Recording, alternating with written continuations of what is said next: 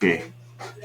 Bueno, el qué y el porqué de la ética y la moral lo podemos explicar a través de la ética, de la moral, o lo podemos explicar también a través de la antropología médica, donde preguntamos si la medicina trata el qué, el porqué de las cosas cotidianas, las cosas que nos suceden como la vida, la salud, la enfermedad, la muerte.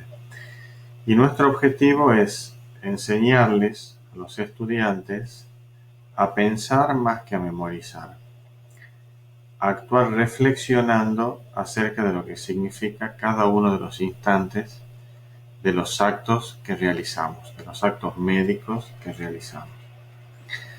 Los profesionales que trabajamos en salud debemos tener en cuenta que la función es fundamentalmente social y transformadora. Es práctica y de ejercicio y trata sobre todos los temas y problemas de la medicina y de la enfermería de hoy. La función del profesional de la salud no se ejerce en beneficio propio, ni tampoco por un pasatiempo.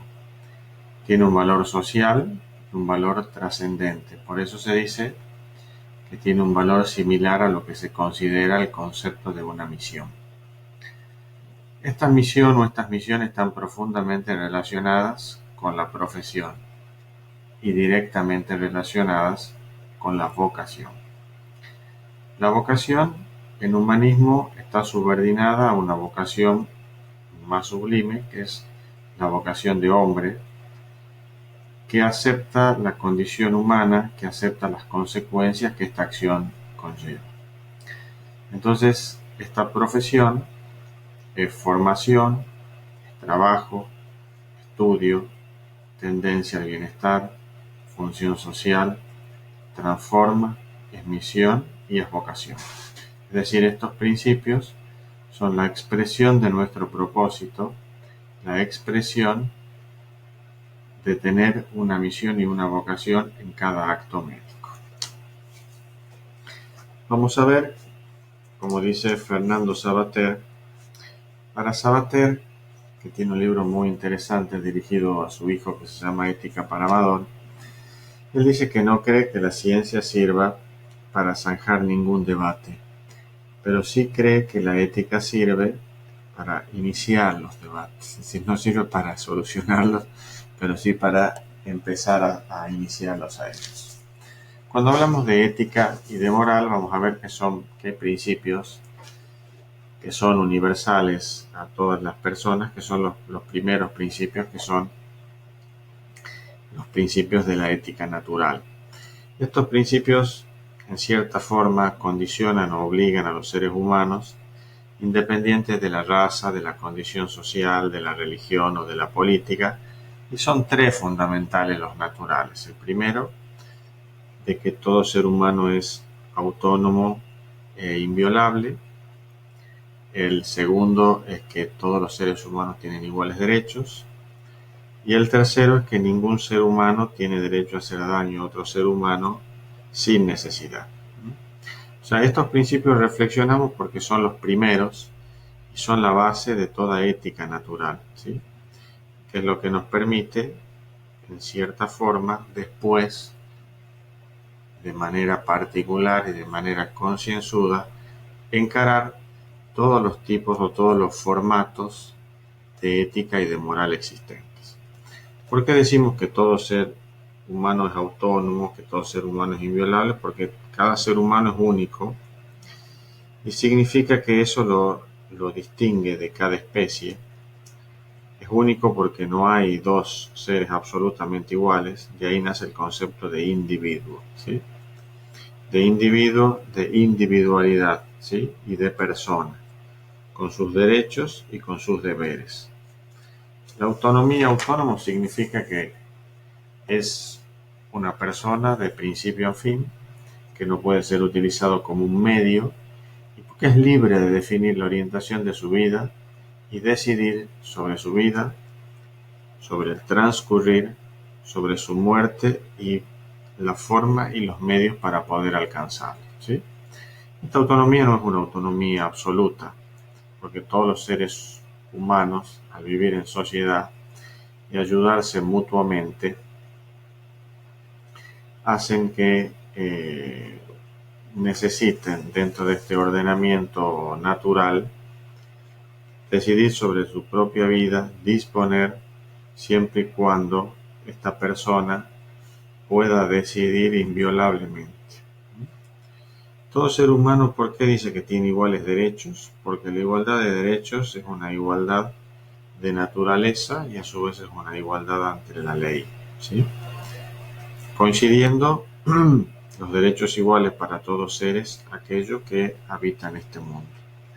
Son independientes, el derecho son la cantidad de derechos psicológicos, intelectuales, sociales, religiosos, políticos, económicos, etcétera, etcétera. Y el único principio en el cual todas las religiones también coinciden es que ningún ser humano tiene derecho a hacer daño a otro ser humano sin necesidad. ¿Estamos? Hipócrates, en una de sus frases más conocidas, dice primum non nocere, es decir, primero, no hacer daño. ¿Estamos? Entonces los principios de la ética natural son 3 y son respetados absolutamente en todas las religiones. Todo ser humano es autónomo, todos los seres humanos tienen iguales derechos y ningún ser humano tiene derecho a hacer daño a otro ser humano sin necesidad. Cuando hablamos de ética y moral iniciamos el camino de la medicina antropológica, vamos a ver que el hombre es único, pero no está caracterizado simplemente por un rasgo biológico, psicológico o social. Lo que hace que el hombre sea humano es un sistema funcional completo de propiedades biológicas, psicológicas, sociales y éticas que no podemos comprender independientemente uno de otro. Esta es una definición muy interesante de hombre, hecho probablemente por el filósofo más importante de la República Argentina, que es Mario Bunge. Mario Bunge comprende que en la misma persona, en el mismo hombre, tienen sistemas que no pueden separarse. Y este sistema tiene propiedades que son biológicas, psicológicas, sociales y éticas. Cuando vamos a evaluar cuáles son los valores morales entendidos o los valores que encontramos en medicina asistencial, encontramos que tenemos que cumplir con ciertos requisitos y con ciertos valores en la atención o en brindar una atención en un acto médico. Estos valores son muchos, pero lo hemos resumido en 8 o 9 valores. La sabiduría, la dignidad, la abnegación, el entusiasmo, el amor por la justicia, el espíritu fuerte, bondad y paciencia, solidaridad, cultura general y humanística. Es importante este resumen de los valores morales porque estos valores son los que se le brindan a nuestros pacientes. En primer lugar, sabiduría, porque sin la formación no hay manera de brindar un acto médico como corresponde. Este acto médico tiene que ser digno. Todos los actos médicos en medicina tienen abnegación. Una cualidad importante es el entusiasmo y el amor por la justicia, porque buscando el amor por la justicia, y después vamos a ver en uno de los principios más importantes de la bioética, que es el principio de justicia. Este principio de justicia tiene su hincapié en la distribución y en la redistribución de recursos tan importantes en este tema. Por eso, esta justicia, que en principio en algún momento correspondía solamente en dar a cada uno lo suyo, este espíritu por la justicia va a tener una gran connotación social, no solamente en la distribución de la salud, no solamente en la distribución de los recursos, sino en un principio utilitarista clásico, que es llevar los recursos a quien más lo necesite, ¿sí? Espíritu fuerte, y espíritu fuerte porque es una de las pocas profesiones que necesita un espíritu fuerte, porque las cosas están ligadas a la vida y a la muerte. Bondad y paciencia es una característica también importante en medicina asistencial.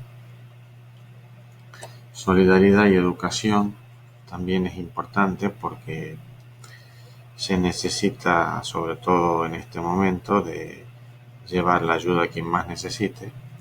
Y cultura general y humanística está sobre todo relacionado a lo que hemos visto en la clase anterior. Cultura general y humanística es educación formal, educación en ciencia, educación en medicina y en enfermería, y a su vez con un tinte generalista y humanístico. Y hace de esta generación una característica importante. Cuando nosotros hacemos promoción, cuando nosotros hacemos prevención y cuando nosotros tratamos un paciente, vemos que tiene que tener este tratamiento algún tipo de característica, y estas características le da al tratamiento valores que son valores éticos y morales. Algunos de estos valores, que por supuesto los vamos a seguir viendo,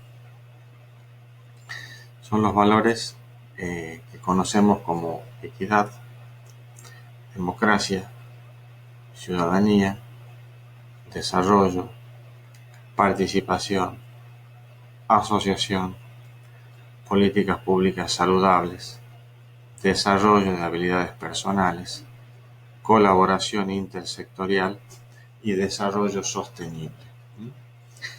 Acuérdense que cuando hablamos de ética, cuando hablamos de salud, cuando hablamos de valores, hoy está muy dirigido también a todo lo que sea ecología y medio ambiente, ¿sí?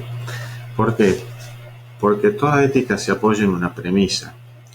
El individuo es miembro de una comunidad, participa en una comunidad. Entonces, el participar en una comunidad hace que tengamos también que ver la ética de la naturaleza.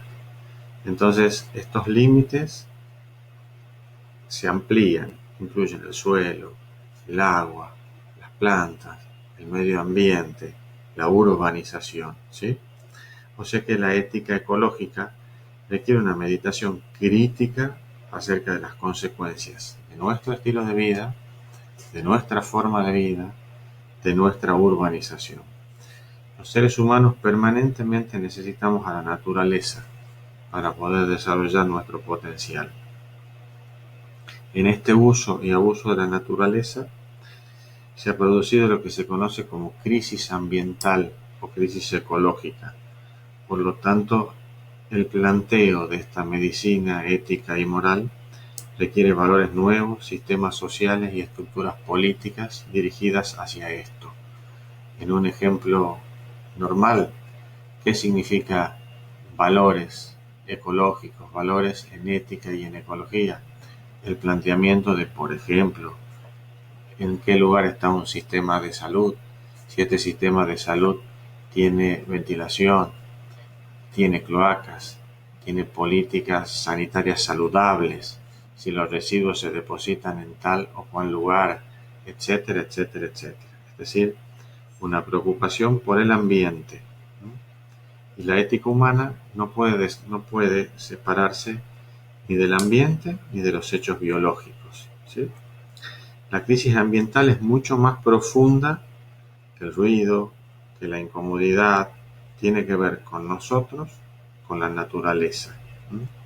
El avance económico no es lo único determinante en una utilización ambiental. La urbanización descontrolada también tiene que ver con la ética y con la moral. La ciencia y la tecnología y la bioética puede utilizar para solucionar estos problemas, que también son problemas ambientales. Y a su vez, toda y cada una de las especies tiene derecho a la supervivencia en el ambiente donde vive. Nuestro bienestar no puede hipotecar el bienestar de generaciones futuras. Los recursos son nuestros, de todos, y los recursos tienen que ser moralmente sostenibles, ¿sí? Entonces, cuando hablamos de salud, hablamos de equidad en la distribución, de equidad en las formas. Hablamos de democracia también en la elección de los más aptos. Hablamos de participación ciudadana y de desarrollo de políticas de salud comunitarias. Hablamos de asociación entre el personal de salud, la comunidad y la política. Hablamos de políticas sustentables y de políticas saludables. Hablamos de desarrollar las habilidades personales de cada uno. Hablamos de la colaboración. Sin colaboración no hay política. Sin colaboración no hay ética y moral en la política. Y hablamos de un desarrollo sostenible y utilizado en el tiempo. Por eso, cuando terminamos de hablar de todos estos parámetros, también podemos hablar de ética y eficiencia, porque la eficiencia en la llegada tanto del material humano como del material médico, como del material farmacéutico, está muy relacionado a la ética, a la moral y a la transparencia, ¿sí? Ética, moral y transparencia, medio ambiente, es sinónimo de salud individual y colectiva. Y la ética, eficiencia y transparencia tienen que tener algunas características. Estas características tienen que ver no solamente con la oportunidad del contacto entre el personal de la salud y el paciente, sino de la oportunidad que ese contacto tenga ciertas características. Estas características son las siguientes: oportunidad, accesibilidad, universalidad, cobertura, consentimiento, validez en el tiempo, continuidad, sensibilidad, solidaridad, ética en la distribución y ética en el control. Este es un largo proceso de enseñanza-aprendizaje en donde este funcionamiento tiene que cumplir con la función primordial de alertar a la comunidad de cuáles son sus derechos.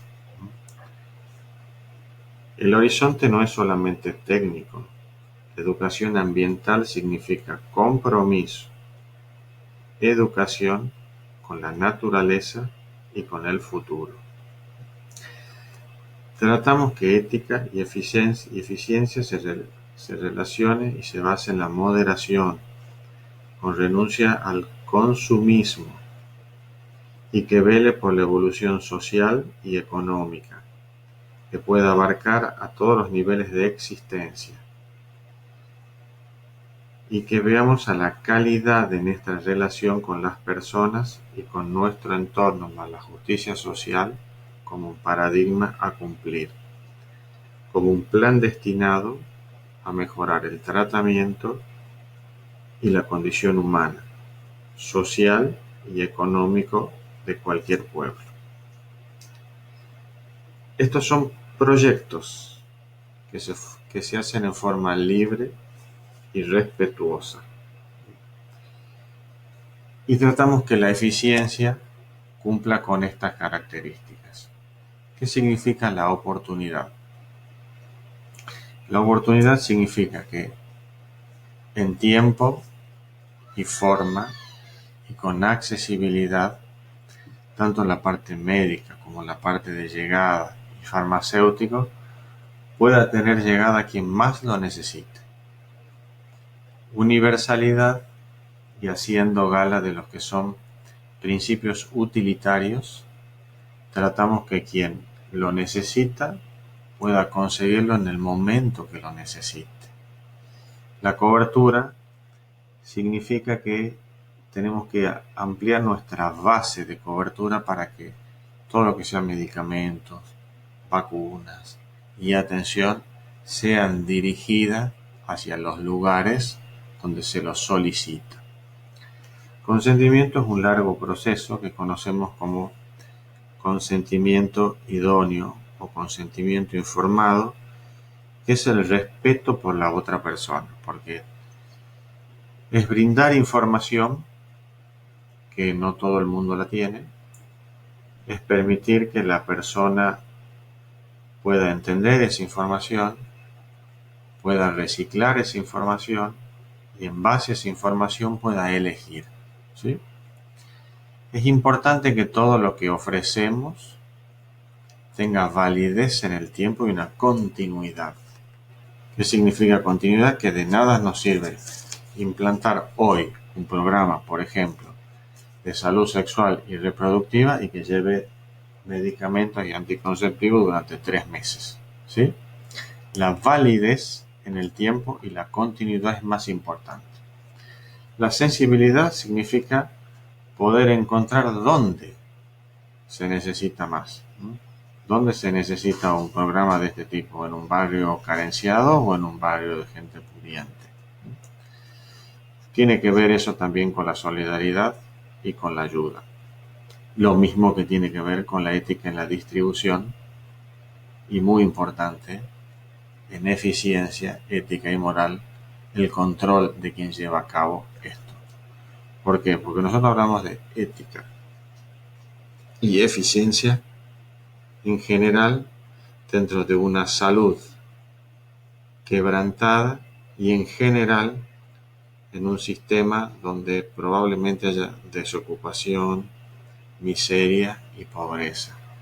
Entonces, es tan importante la distribución, la sensibilidad, la validez en el tiempo, como el control de lo que se lleva, de lo que se gasta, etc.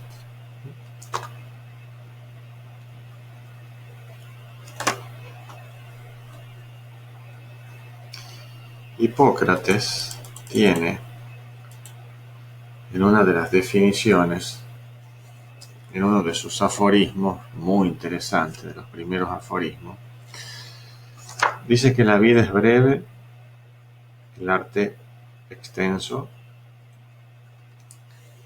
la ocasión fugaz, la experiencia insegura, el juicio difícil, y que es preciso no solo disponerse a hacer lo debido por uno mismo, sino además que colaboren el enfermo, los que asisten y las circunstancias externas. Es interesante encontrar este pensamiento porque probablemente sea el primer pensamiento que resuma lo que luego en ética consideramos que está relacionado con los principios de beneficencia, autonomía y justicia. Beneficencia donde hacemos lo debido uno mismo. Colabora el enfermo con su autonomía, colaboran los que asisten y colaboran las circunstancias externas, que es la justicia. Entonces, este es el primer pensamiento relacionado con la ética y la moral. En un resumen un poco de las dos clases anteriores, vamos a repasar ciertamente las definiciones de ética y moral para ya la semana que viene solamente empezaremos a hablar de biomedicina y vamos a empezar a hablar ya prácticamente de bioética y legislación. Acuérdense que moral proviene del latín moris, que significa costumbre, y que son normas o reglas adquiridas por hábito en una sociedad determinada.